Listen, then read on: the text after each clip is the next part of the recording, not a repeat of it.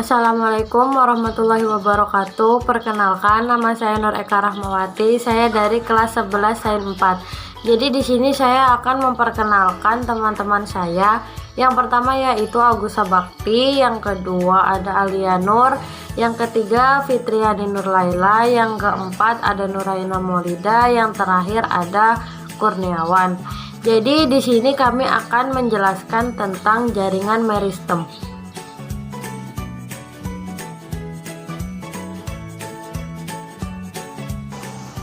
Jaringan meristem yaitu jaringan pada tumbuhan yang berupa kumpulan sel-sel puncak yang aktif melakukan pembelahan sel. Pengertian lain dari jaringan meristem yaitu jaringan pada tumbuhan yang aktif membelah dan tidak mengalami pembedaan. Sel pembentuk jaringan meristem mempunyai ukuran kecil, memiliki dinding sel yang tipis, mempunyai nukleus yang besar, mengandung banyak sitoplasma, tidak mempunyai ruang antar sel, tidak mempunyai vakuola atau mempunyai vakuola yang ukurannya sangat kecil, dan mempunyai sifat totipotensi yang tinggi. Sel-sel meristem ada yang bentuknya bulat, lonjong, kuboid, atau prismatik. Berdasarkan etimologinya, meristem berasal dari bahasa Yunani meristes yang berarti terbelah. Jaringan ini disebut juga dengan jaringan muda karena tersusun atas sel-sel muda atau sel embrional yang belum terdiferensiasi atau pembedaan tunggal. Maka, jaringan meristem merupakan jaringan dengan sel-sel penyusunnya bersifat embrional, yaitu sel yang selalu aktif membelah untuk memperbanyak jumlahnya. Fungsi jaringan meristem. Fungsi jaringan ini adalah sebagai jaringan penyokong pertumbuhan tanaman secara ke arah atas atau meninggi dan ke arah samping atau membesar. Namun, masing-masing jaringan sistem mempunyai fungsi yang tidak spesifik. Fungsi jaringan sebagai berikut. Yang pertama, jaringan yang menyokong pertumbuhan ke arah atas atau meninggi pada batang dan memanjang pada akar. Yang kedua, jaringan yang menyokong pertumbuhan ke arah samping pada diameter batang. Yang terakhir, jaringan yang menyokong pertumbuhan organ perantara tanaman. Selanjutnya, fungsi spesifik jaringan meristem sebagai berikut. Yang pertama, meristem primer mengakibatkan batang dan akar menjadi panjang. Yang kedua, meristem sekunder mengakibatkan tubuh tumbuhan menjadi lebih besar. Yang ketiga, meristem lateral yang membuat ruas menjadi panjang. Yang keempat, meristem intercalar yang membuat diameter batang meningkat. Yang terakhir, meristem aplikat memperpanjang.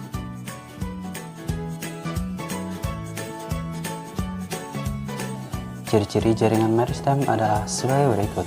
1. Tersusun atas sel-sel muda di dalam fase pembelahan dan pertumbuhan. 2. Seringkali tidak dijumpai ruang antar sel di antara sel meristem. 3. Berupa sel bulat, lonjong, atau poligonal dengan dinding sel yang tipis. 4. Sel banyak sitoplasmanya dan protoplasma. 5. Di dalamnya terkandung satu atau lebih inti sel dan ukurannya besar. 6. Plastida belum matang. 7. Vakuola sel berukuran kecil atau sangat kecil dan mungkin tidak ada. 8. Bentuk sel kuboid atau prismatis.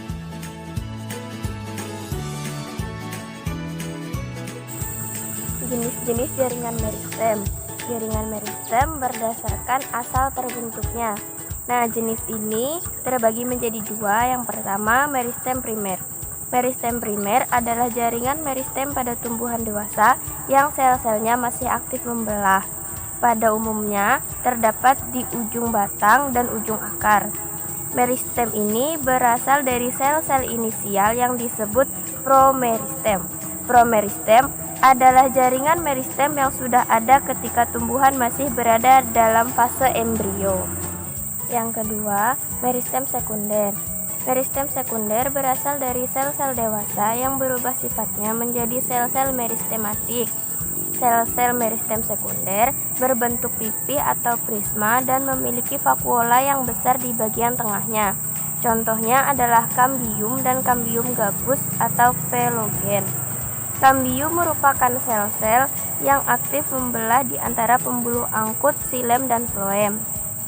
Kambium gabus atau velogen adalah jaringan kambium yang membentuk lapisan pelindung periderm atau gabus. Menurut letaknya jaringan meristem dibagi menjadi 3 macam, yaitu meristem apikal, meristem interkal, dan meristem literal. Meristem apikal atau meristem ujung, yaitu jaringan meristem yang letaknya di bagian ujung akar dan bagian batang tumbuhan. Meristem ini menjadikan pertumbuhan primer dengan pertambahan panjang akarnya dan batang tumbuhan. Jaringan yang tersebut dari meristem apikal disebut jaringan primer.